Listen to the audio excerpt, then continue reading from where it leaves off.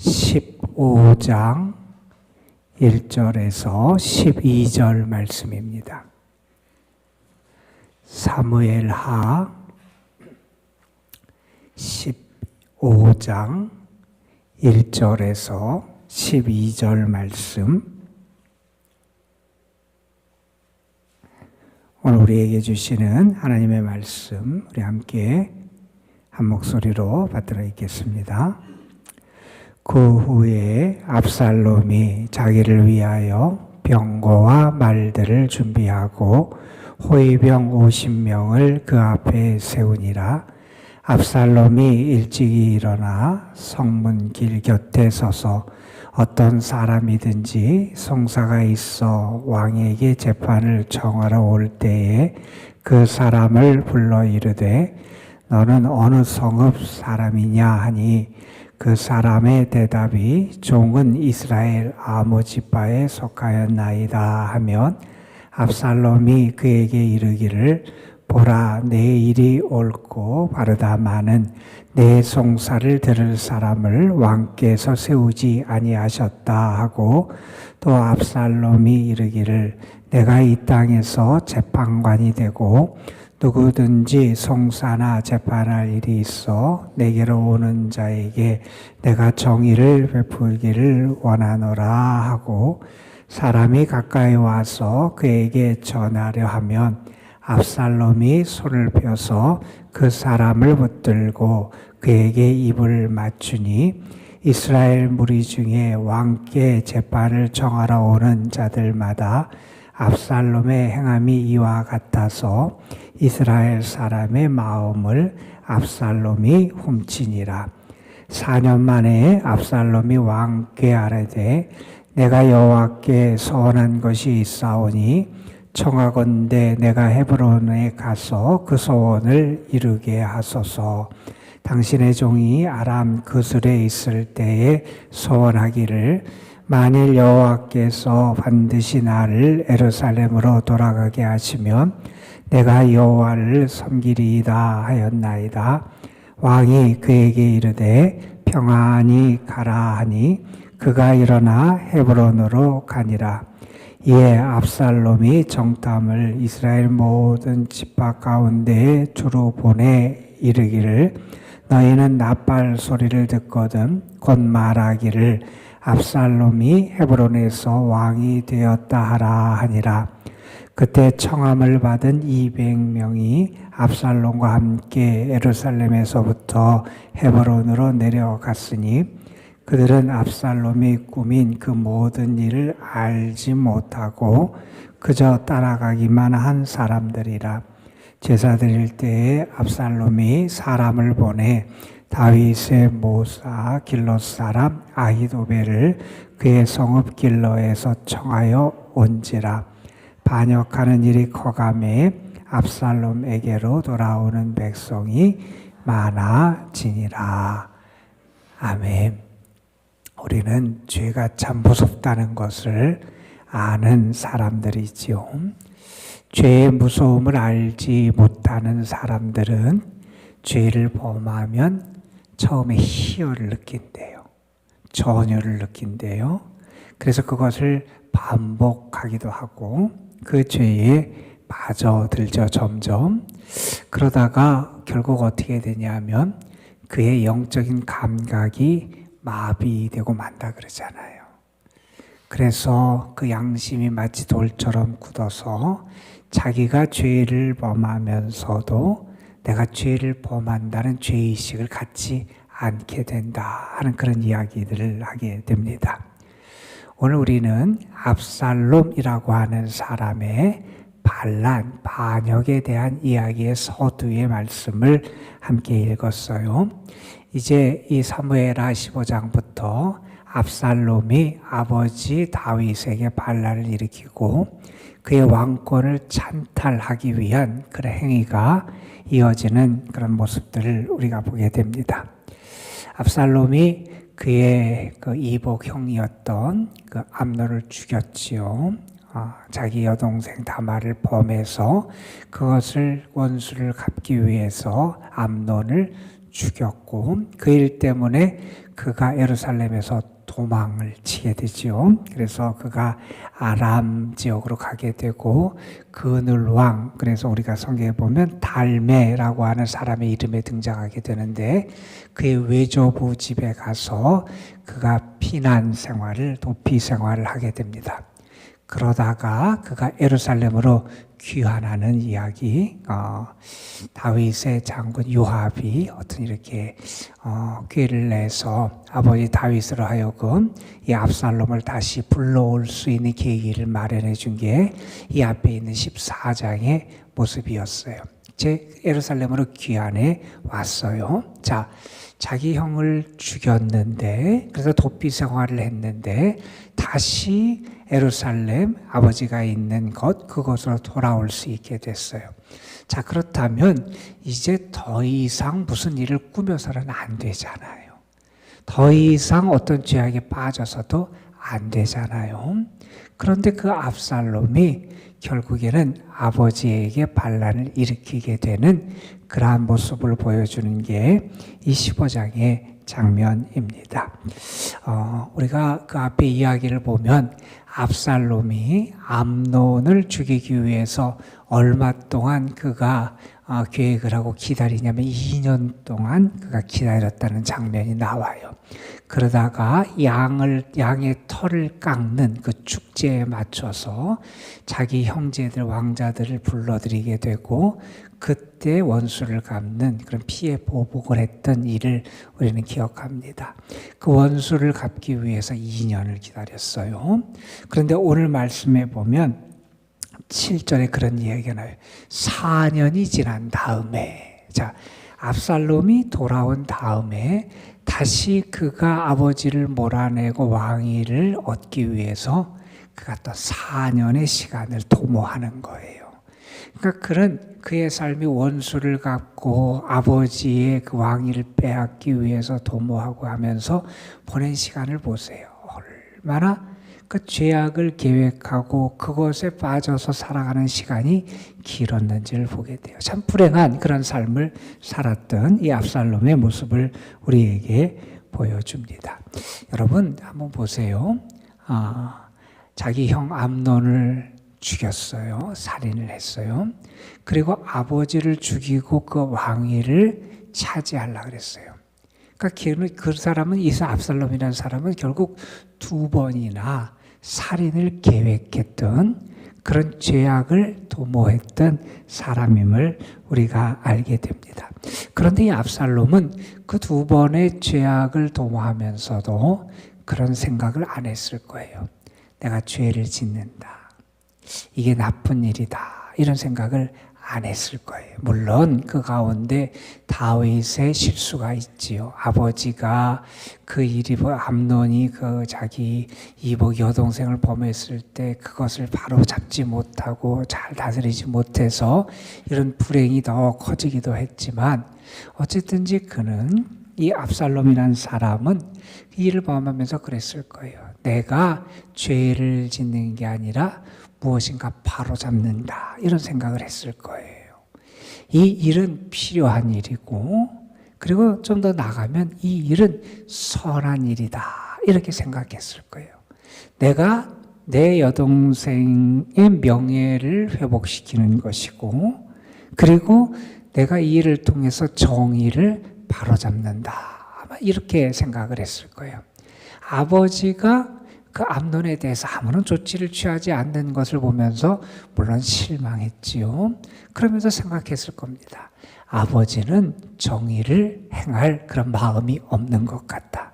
그래서 내가 내 그 형을 죽임으로 말미암아 그 잘못을 바로잡고 정의를 집행하고 행한다 하는 그런 생각을 했을 겁니다. 죄라는 게 그래요.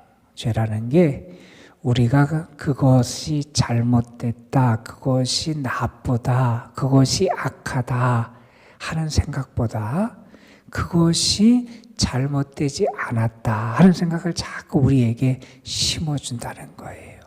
이것이 필요하지 않은가? 오히려 이렇게 행하는 것이 선한 일이 아닌가? 오히려 이렇게 행하는 것이 정의가 아닌가? 우리의 판단을 자꾸 자꾸 혼란스럽게 만드는 것이 죄의 모습이다 하는 것을 우리는 잊어서는 안 될 거예요. 그래서 이 압살롬이 결국 그가 아버지에게 반란을 일으키게 되는데 성경에서는 그가 왜 반란을 일으켰는지에 대해서 사실은 구체적으로 그 동기가 언급이 안 돼요. 특별히 그가 아버지가 그를 없앨라 그래서 그가 할 수 없이 반란을 일으켰다 그런 사건이 등장하지도 않고 지금까지 쌓여왔던 이런 것을 통해서 그는 아버지 다윗을 몰아내고 자기가 왕위를 찬탈하겠다 하는 그런 계획을 세우고 그것을 하나하나 이렇게 이루어가기 위해서 애쓰는 모습을 보여주게 돼요. 어떤 대장장이가 있었어요. 그가 죄를 져서 이전에 감옥이라는 데 갇히게 됐어요. 거기에 쇠사슬에 이렇게 묶여 있는데 그 대장장이는 생각했어요. 나는 대장장이니까 이 쇠사슬도 내가 끊어버릴 수 있겠거니 이렇게 생각을 하고 그 쇠사슬을 이렇게 봤더니 자기가 만든 쇠사슬이었다는 거예요. 그런데 자기가 얼마나 튼튼하게 잘 만들었는지 그 쇠사슬을 끊을 수 없었다는 거예요. 죄라는 게 그래요. 우리를 자꾸 올가매요. 나 자신도 모르게 거기서 얽매면서 거기서 벗어날 수 없게 만드는 게 죄의 모습이다 하는 거예요. 자, 오늘 압살롬이 반란을 일으키기 위해서 어떻게 치밀하게 그것을 준비하고 행하는지를 보여주는데 악이 이렇게 치밀하다. 죄악의 세력이 이렇게 치밀하게 그 역할을 하고 그렇게 작동한다 하는 것을 우리가 살펴보면서 오늘 말씀의 내용을 한번 봤으면 좋겠어요. 자, 오늘 말씀에 보면 이런 말씀이 1절에 등장해요. 그 후에 압살롬이, 그러니까 예루살렘으로 복귀하고 돌아온 후에 압살롬이 자기를 위하여 병거와 말들을 준비해요. 병거, 말, 군인들을 갖춘다는 거예요. 그 다음에 호위병 50명을 그 앞에 세워요. 그러니까 압살롬이 자기를 어떻게 보이게 하냐면 자기의 입지를 강화시키고 사람들에게 자기는 유력한 그런 왕자다라는 것을 외적으로 이렇게 보여주기 위해서 이렇게 꾸미는 거예요. 그러니까 그 사람은 이렇게 하면서 그가 사람들에게 자기의 형을 죽인 살인자라고 하는 이미지를 자꾸 퇴색시키는 거예요. 자기는 괜찮은 왕자고 유력한 힘을 가진 사람이고 자기는 유력한 사람이고 그런 사람임을 사람들에게 이미지화시키기 위해서 이런 작업을 지금 하고 있는 겁니다. 그래서 자기의 그 병거와 말들을 준비하고 호위병을 자기 앞에 세우면서 자기가 힘이 있는 그런 유력한 왕자임을 자기의 입지를 확고히 드러내는 그런 일을 하게 되기도 해요. 자, 그 다음에 2절에 보면 이런 얘기가 나옵니다. 그가 일찍이 성문 길 곁에 서서, 그러니까 사람들이 자기의 문제가 있어서 해결받기 위해서 왕을 찾아서 이렇게 송사를 하려고 그렇게 찾아가면 그 사람을 불러요. 그 사람을 불러요. 그러면서 어떻게 하냐 하면 너는 어느 지파에 속하는 누구냐? 그 사람에게 일단 묻고 그 다음에 3절에 보면 그가 이렇게 얘기한다는 거예요. 내 일이 옳다. 그런데 내 송사를 들어줄 사람을 왕이 세우지 않았다. 왕은 내 송사 해결해 주지 않을 거야. 왕은 내 송사를 들을 사람 안 세웠어. 왕은 내 송사에 관심이 없어. 이렇게 하면서 사람들을 미혹하는 거예요. 그래서 왕에게 나아가지 못하게 하는 거예요. 그러면서 4절에 이렇게 말합니다. 내가 이 땅의 재판관이 되고 누구든지 송사나 재판하는 일이 있어 내게로 오는 자에게 내가 정의를 베풀기를 원한다. 그러니까 내가 너희를 판단해 줄게. 내가 공의롭게 정의롭게 잘 판단해 줄 거야. 이 땅의 재판관은 왕이 아니라 왕이 세운 어떤 사람이 아니라 내가 이 땅의 공의로운 재판관이야. 그러니까 사람들에게 이러한 이미지로 그들을 다가가는 거예요. 자, 그런 다음에 어떻게 하느냐? 5절에 보면 사람들이 그를 찾아오는 거예요. 이제 사람들이 그를 찾아와서 자꾸 그런 일을 행하니까 사람들이 그를 찾아와서 그에게 송사를 하고 자기 억울한 일을 말하고 자기의 문제를 말해서 이렇게 다가오면 그가 아주 그냥 교만한 자세로 아주 높은 자리에서 그냥 그들에게 위험 있게 교만한 모습으로 그들을 대하는 게 아니라 어떻게 하느냐? 사람들이 그에게 절하려고 하면 압살롬이 손을 펴서 그 사람을 붙들고 그 사람에게 입을 맞춰요. 그러니까 아주 겸손하고 친근한 모습으로 사람들에게 다가가요. 자, 그리고 어떻게 하느냐? 사람들에게 재판을 잘 해준다는 거예요. 그래서 그들이 원하는 문제들 송사를 해결해주고 사람들에게 보이게 정의롭고 공의로운 재판관이 이스라엘에서 누구냐? 이 압살롬이다 라고 하는 이미지를 자꾸 만들어가는 거예요. 자, 그러다 보니 어떤 일이 벌어지게 되느냐? 사람들이 이 압살롬의 재판에 대해서 알고 압살롬에 대해서 좋은 소문 평판이 나고 하니 6절에 보면 이스라엘 사람의 마음이 압살롬에게 향해요. 압살롬이 이스라엘 사람들의 마음을 훔쳤다. 이런 표현을 하게 되지요. 여러분, 사람들에게 교묘하게 다가가서 사람들을 미혹시키고 자신을 포장해요. 이런 일을 통해서 그는 어떤 일을 하느냐? 나는 살인자고 나는 나쁜 사람이었고 나는 악한 일을 행했던 그런 사람이었다는 사실을 사람들이 기억하지 못하게 하는 거예요. 친근하게 다가갑니다. 사람들의 문제를 해결해 줍니다. 우리 성경에 보면 압살롬에 대해서 그런 이야기가 나와요. 그가 외모도 준수해서 사람들에게 호감을 사는 그런 외모를 가진 사람으로 등장을 해요. 그만큼 그는 여러 면에서 자기를 잘 포장해서 자기가 악한 살인자였다는 것을 사람들이 깨닫지 못하도록 그렇게 가려버린다는 거예요. 그러니까 사람들이 그가 악한 사람이고 또한 그가 왜 이런 일을 하는지를 모르게 하는 거예요. 이런 일을 하는 이유는 결국 사람들의 마음을 얻고 자기 이미지를 좋게 해서 자기가 아버지에게 반란을 일으킬 때 자기에게 더 사람들의 마음이 오게 하기 위한 그러한 그래서 꾸민 일인데 그 본질을 사람들이 깨닫지 못하도록 이렇게 한다는 거예요. 죄가 그렇다는 거예요, 여러분. 죄가 우리에게 다가올 때는 포장을 하는 거예요. 가면을 쓴다 그랬지요. 위장을 하고 우리에게 다가와요. 그래서 우리는 그것이 좋은지 나쁜지 잘 분별을 못해요.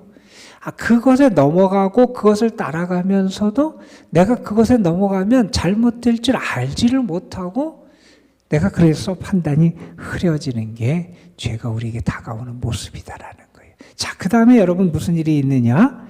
7절에 보면 이제 4년 만에 이렇게 4년 동안 차근차근 준비하고 자기 이미지를 개선시키고 사람들의 마음을 얻어서 그렇게 기반을 다져놓은 다음에 드디어 4년 만에 압살롬이 다윗 왕에게 얘기를 해요. 뭐라고 얘기하느냐? 내가 이전에 도망 생활을 할 때 내가 아람 그술에 거할 때 하나님 앞에 어떻게 서원했냐면 하나님이 나를 예루살렘에 돌아갈 수 있도록 해주시면 내가 헤브론에서 하나님께 제사를 드리고 하나님을 섬기겠습니다. 서원을 했습니다. 여러분 4년 동안 이것을 말하지 않고 있다. 지금 말하는 거예요. 왜냐하면 이제 때가 됐다고 생각하는 거예요. 이제 내가 사람들의 마음을 충분히 얻었고 내가 이제 아버지에 대해서 반란을 도모하면 내가 성공할 것이다. 이런 생각을 했던 그런 때가 됐다고 생각해서 얘기하는 거예요. 그래서 아버지는 아무것도 모르고 이번에도 헤브론에 가서 하나님 앞에 제사를 드리라 이렇게 얘기해요. 여러분 헤브론이 어떤 데인지 아시죠? 다윗 왕이 유다의 왕으로 기름 부음을 받은 곳이고 또한 이스라엘 지파 사람들이 찾아와서 이스라엘 왕으로 기름 부어서 세워진 곳이 헤브론이에요. 다시 말해서 헤브론은 다윗이 왕으로 기반을 다진 곳이 헤브론이에요. 그러니까 자기도 헤브론에 가서 이스라엘 왕으로 선포하면 자기가 다윗의 뒤를 이은 이스라엘 합법적인 왕이 될 거다 이런 생각을 하면서 이 일을 꾸며서 진행을 하는 거예요. 그래서 그가 헤브론에 갑니다. 그러면서 그가 어떤 일을 꾸미냐면 여기 보면 각 지파의 정탐꾼을 보내요. 사람을 파견을 해서 나팔이 불려질 때 어떻게 외치라 그러냐면 압살롬이 헤브론에서 이스라엘 왕이 됐다 이렇게 외치도록 해요. 그래서 그 일을 시도하게 되는데 그러면서 이런 이야기가 여기 나와요. 11절에 보면 그때 그가 200명의 사람들을 헤브론으로 초대해서 자기가 하나님 앞에 제사를 드리는 그 일에 초청을 해요. 그랬더니 200명의 사람이 압살롬의 초대를 받아서 압살롬이 이미지가 좋고 그러니까 그의 초대를 받아서 헤브론에 가요. 그런데 여기 보면 이런 얘기가 나와요. 그런데 이 사람들은 헤브론에서 압살롬이 이스라엘 왕으로 자기를 선포하고 이스라엘 왕으로 아버지의 반란을 일으키는 일을 알지도 못하고 간 사람들이다. 이런 표현이 나와요. 그리고 또한 그가 누구를 끌어들이냐면 12절에 보면 아히도벨이라고 하는 그 사람을 끌어들여요. 이 아히도벨은 누구냐 하면 다윗의 모사, 다윗을 위해서 조언을 해주는 아주 유력한 사람, 이스라엘 사람들에게서 명망이 높은 사람이 아히도벨이라는 사람인데 이 사람을 또 자기 편으로 끌어들여서 그를 초대해서 이런 일을 도모하는 거예요. 자, 이렇게 그가 압살롬이 반란을 준비하면서 이런 과정, 하나의 과정을 통해서 반란을 시작하는 장면을 우리가 읽었어요. 우리가 이것을 보면서 먼저는 죄가 얼마나 우리에게 가면을 쓰고 다가와서 우리를 분별하지 못하게 하는지 그 모습을 우리가 죄의 위험성, 그 죄의 세력의 그런 간계함을 우리가 잊어서는 안 되겠다 하는 생각도 해보게 되고 그 다음에 여러분 여기 보면 백성들의 모습을 한번 보세요. 압살롬이 어떤 마음에서 그렇게 하는지도 모르고 넘어가요. 자, 그 다음에 여기 헤브론에 초대를 받아서 간 사람들을 보세요. 그 사람들도 압살롬이 그렇게 반란을 일으키기 위해서 그렇게 한지 모르고 가요. 다시 말해서 덫에 걸린 거예요. 여러분 이런 모습을 보면서 혹시 우리는 나도 모르는 사이에 죄의 유혹에 빠지거나 나쁜 일에 내가 나도 모르는 사이에 그 덫에 걸려서 그 함정에 빠져 있지는 않은지 우리의 모습을 살펴볼 수 있어야 돼요. 죄가 얼마나 무서운지도 알아야 되고 또한 우리가 분별력을 가지고 죄를 바라보고 죄로부터 우리 자신을 지켜낼 수 있는 그런 모습 우리에게 필요하다 하는 것을 알게 돼요. 어제 말씀을 나누면서 그런 말씀을 나눴어요. 베드로 사도가 성도들에게 부탁합니다. 나그네로 있을 때를 두려움으로 지내라 하는 말씀이에요. 근신하라는 거예요. 우리의 삶에서 더 근신해서 죄를 멀리하고 죄의 유혹을 분별해내고 오히려 그것을 피하고 멀리할 수 있는 지혜가 우리에게 필요하다는 사실도 다시 한번 깨닫게 됩니다. 오늘 하루 여러분의 삶 속에서 하나님이 함께해 주셔서 여러분의 영적인 눈을 열어주시고 그래서 죄를 분별하고 하나님의 뜻을 분별하고 옳은 편에 서는 여러분의 삶이 되시기를 주님의 이름으로 축복합니다. 기도하시겠습니다. 아버지 하나님, 압살롬이 자기 아버지 다윗에게 반란을 계획하고 도모하고 실행하는 그러한 모습을 오늘 우리가 말씀을 통해서 함께 살펴봤습니다. 압살롬은 그 일을 도모하면서 자기가 나쁜 일을 행한다는 그러한 생각을 하지도 않고 점점 더 그의 판단력이 마비돼서 그가 옳은 일을 하고 필요한 일을 하고 선한 일을 한다고 착각하며 죄악 가운데 빠져들었습니다. 그리고 그가 그 일을 도모하기 위하여 4년 넘게 그가 악한 일을 계속 꾸미면서 결국 그 죄악에 점점 빠져드는 모습을 우리에게 보여줬습니다. 아버지 하나님, 우리에게 하나님께서 우리의 양심을 다시 깨워주시고 그리스도의 영을 우리에게 허락해 주셔서 죄악을 죄악으로 볼 수 있는 믿음의 눈을 갖게 하여 주시고 하나님이 싫어하시고 가증히 여기시는 것들을 분별하고 멀리할 수 있는 저희들이 되게 하여 주옵소서. 아버지 하나님, 나도 모르는 사이에 악한 것에 미혹되지 않도록 우리의 영을 깨워 주옵시고 아버지 하나님, 그래서 언제나 우리는 우리의 삶이 근신하여 하나님 편에 서고 하나님이 기뻐하시는 일을 행하고 하나님의 뜻을 이루며 살아가는 저희의 삶이 되게 하옵소서. 오늘은 어버이날입니다. 우리의 어머니 아버지들 하나님께서 강건하게 붙들어 주시옵시고 그 여생을 하나님 복되게 하여 주옵시고 아버지 하나님, 그 마음 외롭지 않도록 하나님 붙잡아 주옵시고 특별히 하나님 품 안에서의 참된 안식과 평안을 누릴 수 있도록 하나님이 인도하여 주옵소서. 육신의 연약함 때문에 마음이 약해지지 않도록 오늘도 하나님께서 그 마음을 붙잡아 주시옵시고 또한 담대하게 하여 주시고 마지막 하나님께서 저들의 그 여생 속에 하나님과 함께 살아가는 기쁨 또한 주의 일을 행하면서 하나님의 영광을 드러내며 살아가는 삶의 기쁨과 보람도 함께 느낄 수 있도록 은혜를 더하여 주옵소서. 특별히 아버지 하나님, 병중에 있고 연약한 가운데 있는 성도들 또 연로하신 분들 하나님께서 오늘도 붙들어 주시고 저들의 삶을 하나님의 은혜의 날개의 품 안에 거할 수 있도록 인도하여 주옵소서. 이 시간 우리가 주님의 이름으로 의지하여 주님 앞에 기도할 때 주께서 하늘문을 여시고 오늘도 우리에게 응답하시고 주의 사랑의 역사를 우리에게 행해 주실 것을 믿사옵고 우리 구주 예수 그리스도의 이름으로 기도드리옵나이다. 아멘. 하나님, 오늘도 우리를 올려주셔서 감사합니다. 하나님 앞에 나올 수 있도록 우리를 붙잡아 주셔서 감사합니다.